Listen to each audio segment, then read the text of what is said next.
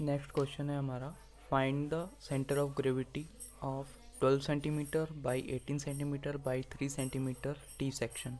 तो यहाँ पर सबसे पहले टी सेक्शन अपने कैपिटल टी लेटर की तरह होता है, जैसा कि यहाँ पर दिख रहा है। ठीक है, ये अलग क्वेश्चन है जो कि मैंने बुक से ट्रांसफ़र किया है आपको, लेकिन टी सेक्शन तो ऐसे ही होता है। ठीक है, इसमें आप देख सकते हैं 3 डायमेंशन है, 12 centimetre by 18 centimetre by 3 centimetre. तो 12 सेंटीमीटर जो होगा वो मीडियम होगा, 18 सेंटीमीटर जो है वो लॉन्ग होगा, और 3 centimetre must be width of T section. तो इसको हम पहले ड्रॉ करते हैं।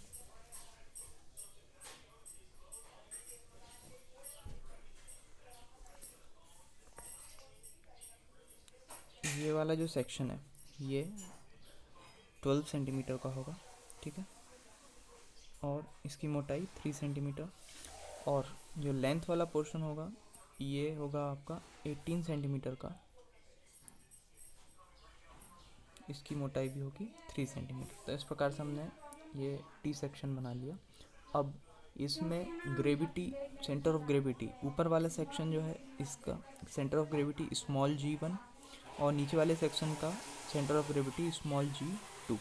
अब इन दोनों का सेक्शन हमें पता है, क्योंकि रेक्टेंगल का जो सेंटर ऑफ ग्रेविटी होता है, किसी भी रेक्टेंगल का जो सेंटर ऑफ ग्रेविटी होता है वो उसके डायगोनल्स के कट पॉइंट पर मिल जाता है, इंटरसेक्शन पर मिल जाता है। इस प्रकार से हमारे g1 और g2 तो हम लोकेट कर लेंगे, लेकिन अब हमें इस पूरे कंपोजिट सेक्शन का, टी सेक्शन का जो सेंटर ऑफ ग्रेविटी है वो फाइंड आउट करना है। तो इसके लिए सबसे पहले हम डायमेंशंस लिख लेते हैं।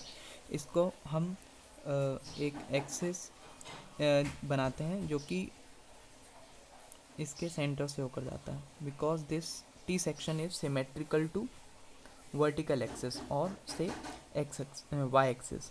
वाई एक्सिस ये ओरिजिन पॉइंट हो गया हमारा, और ये वाई एक्सिस है, और ये हो गया एक्स एक्सिस। तो ये वाई एक्सिस के सिमेट्रिक है, इसलिए हमें केवल वाई बार की वैल्यू ही निकालनी पड़ेगी, यहाँ पर एक्स बार की वैल्यू की ज़रूरत नहीं होगी। तो x bar must be 0, because T section is symmetric about y-axis, and we know that equation of y-axis is x is equal to 0, and here x bar is equal to 0।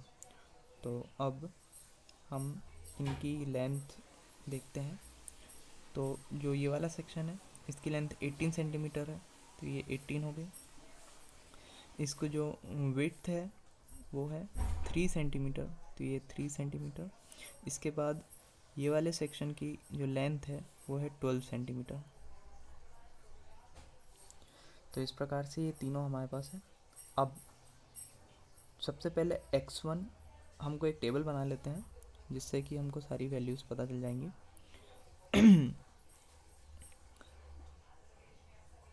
Section 1 के लिए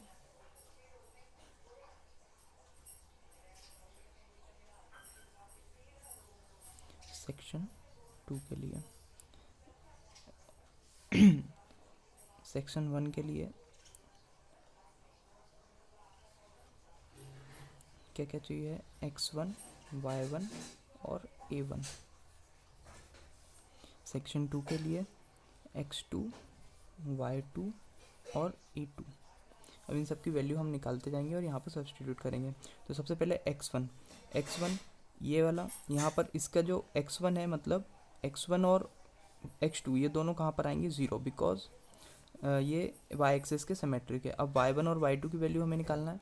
y1 और y2 की value देखो, y1 मतलब ये point की distance कितनी हो जाएगी, 18 plus 3.5।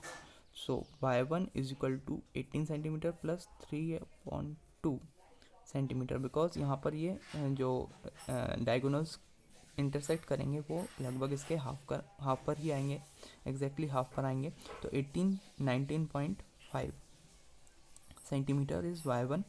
y2 is equal to just 18/2, is equal to 9 centimeter. So we have got y1 and y2 19.5 and 9 centimeter. Now a1 and a2, a1 and a2 denotes area of section 1 and 2. So this was section 1, it is section 2. Area of section 1 is equal to length into breadth, 12 into 3, 36 centimeter square. A2, area of section 2, length into breadth, 18 into 3, 54 centimeter square. Substitute the value in the table. This is our table. A1 is 36, A2 is 54. Now we know that x bar is 0, y bar, formula of y bar is equal to a1 y1 plus a2 y2 upon a1 plus a2. Substitute all the values. A1 is equal to a1 is 36, y1 is 19.5 plus a2 is 54 and y2 is 9 upon a1 plus a2, 36 plus 54.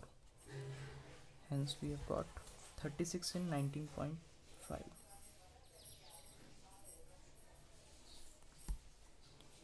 36 into 19.5 is equal to 702.0 plus 54 into 9, 486 upon 6 plus 4, 10, 0, 90.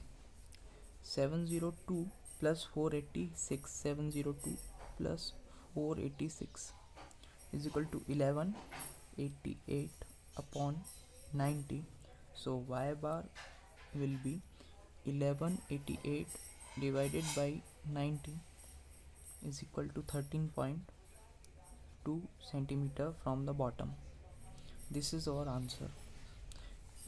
We will get our center of gravity at 13 centimeter. This is 18 centimeter.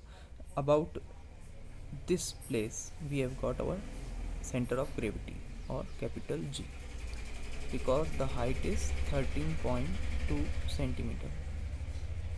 This is how this question will be solved. It is very easy problem of finding center of gravity.